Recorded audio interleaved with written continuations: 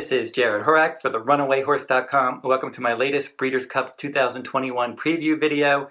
In earlier videos, I covered the Breeders' Cup Distaff last weekend, and then I've covered a couple videos covering the Breeders' Cup Classic. Now, if you're interested in my Breeders' Cup full cards for Friday, November 5th, Saturday, November 6th, you will be able to purchase those at the RunawayHorse.com on my sales page, Breeders' Cup Week. Actually, you can pre-purchase those right now if you're interested. And then as soon as my analysis is complete, I will send them out via email Breeders' Cup Week after the post positions are drawn, after I finish my analysis and my wagering strategies.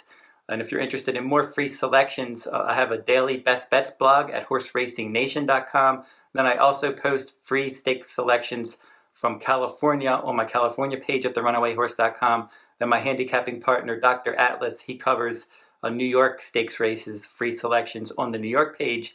And you can find those at therunawayhorse.com, and I will also provide links in the description in this video to those free selections. Now we're going to take a look at the Breeders' Cup Filly and Mare Sprint, and that's going to be the fourth race for Saturday, November 6th from Del Mar, the Grade 1 $1 million Breeders' Cup Filly and Mare Sprint, and fillies and mares 3-year-olds and up, 7 furlongs on the main track with the scheduled post time, 3:05 p.m. Eastern Time, and the pre-entries are out now. Then we can start talking about some of the horses that could end up running. So all these horses, they're in the first entry stage right now. Then next week, they're going to draw the post positions for the final entry stage with morning line odds.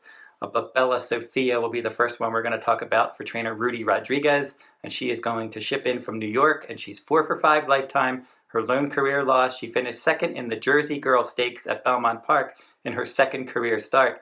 She won her debut by 11 lengths, and then she had that second place finish, and then she's won her last 3 races. 2 of those were stakes races.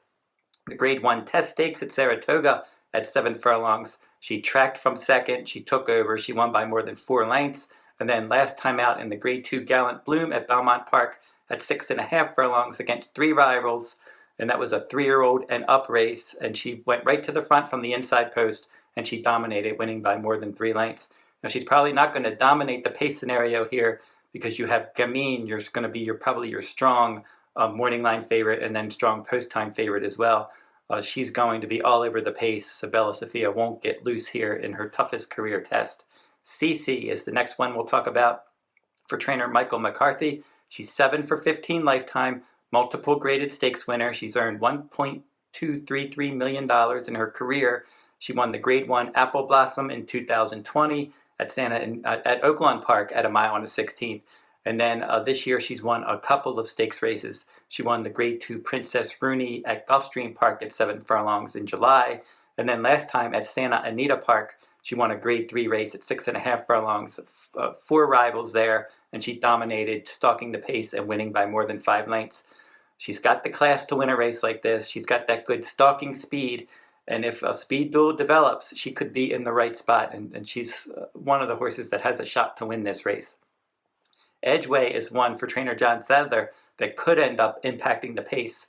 She's 1 for 1 at Del Mar. Her first start at Del Mar was last time in the Grade 3 Rancho Bernardo at 6.5 furlongs. She dueled on the lead. She pulled away, and then she edged clear, and she was able to win by a length there. So that was a solid effort. It was only a 4-horse field, though. And she's probably not going to be in front here with horses like Bella Sophia and Gamine, but she's probably going to be up there tracking those runners. The question's going to be the distance, probably more than anything else, because she's run 7 furlongs once. That was her longest career test. That was June of 2020, and she was stalking from 5th, and then she ended up finishing 2nd, beaten 2.5 lengths. So does she really want to run 7 furlongs against Grade 1 company with the kind of pace scenario that's most likely going to happen in this race? Estilo Talentoso, I think you can definitely use her underneath if you're playing exactas and trifectas. She's 3 for 17 lifetime, but she's finished 2nd or 3rd 13 times, including at this 7 furlong distance, 6 second-place finishes from 9 starts. She does have 1 win at 7 furlongs. That was in the slop, the Grade 3 Better Roses at Belmont Park. So there's 6 second-place finishes and then a 3rd-place finish at 7 furlongs as well. So she's one that likes to hit the board. She can stalk the pace. She can rally from a bit further back. And I think maybe they're going to try more patient tactics here. Hope a speed duel develops, and if she just runs her honest race like she usually does, she can get at least a piece of this. Gamine is going to be the one to beat for sure. She's 9 for 10 lifetime. Her only career loss was in the mile and an eighth Grade 1 Kentucky Oaks in the spring of 2020. She set the pace. She weakened to third. That race was just too far for her. You look at her one-turn form. She's just untouchable in one-turn races. She just gets out there. She sets the pace every time, and she just keeps going. She actually did track from second in the 2020 Breeders' Cup Filly and Mare Sprint, and she won that race by more than 6 lengths. So she dominated that one as the favorite. And since then, she's 4 for 4 this year.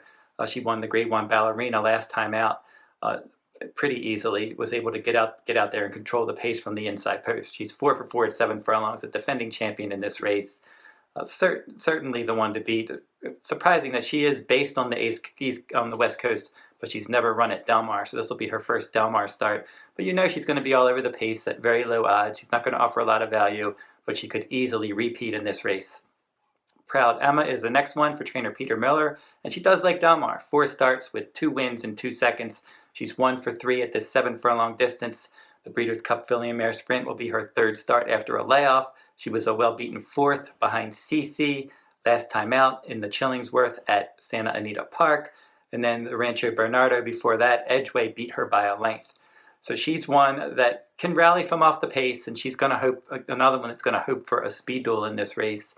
But she's not fast enough on paper to win. And then finally, Truth Hurts is your last pre-entrant in this race for trainer Chad Summers, and she's going to be coming in from New York. She's run 12 times in her career with 3 wins, a 2nd, and a 3rd. She's 0 for 2 with no top 3 finishes at 7 furlongs. She was a well-beaten 6th behind Gamine and CC, who finished 3rd in the Ballerina. So Gamine won the Ballerina, CC was 3rd, Truth Hurts was 6th, beaten 10 lengths. She's going to have to run a much better race here. She was 38 to 1 in the Ballerina. She's probably going to beat every bit of that in this race as well. So overall, Gamine's going to be the one to catch and beat. It's just going to be a question of how much pressure can horses like Edgeway and Bella Sophia put on her. If they can put enough pressure on her, CC can win the race. So Gamine's the most likely winner, CC probably the most likely upsetter, and then Estilo Talentoso is the most likely horse to hit the board because she just loves to finish underneath. So that's my early preview of the Breeders' Cup Filly and Mare Sprint. Don't forget to like, subscribe, and comment. I'm going to be back in a few minutes, and I'm going to take a look at another Breeders' Cup race for Breeders' Cup Saturday. Until then, good luck at the races.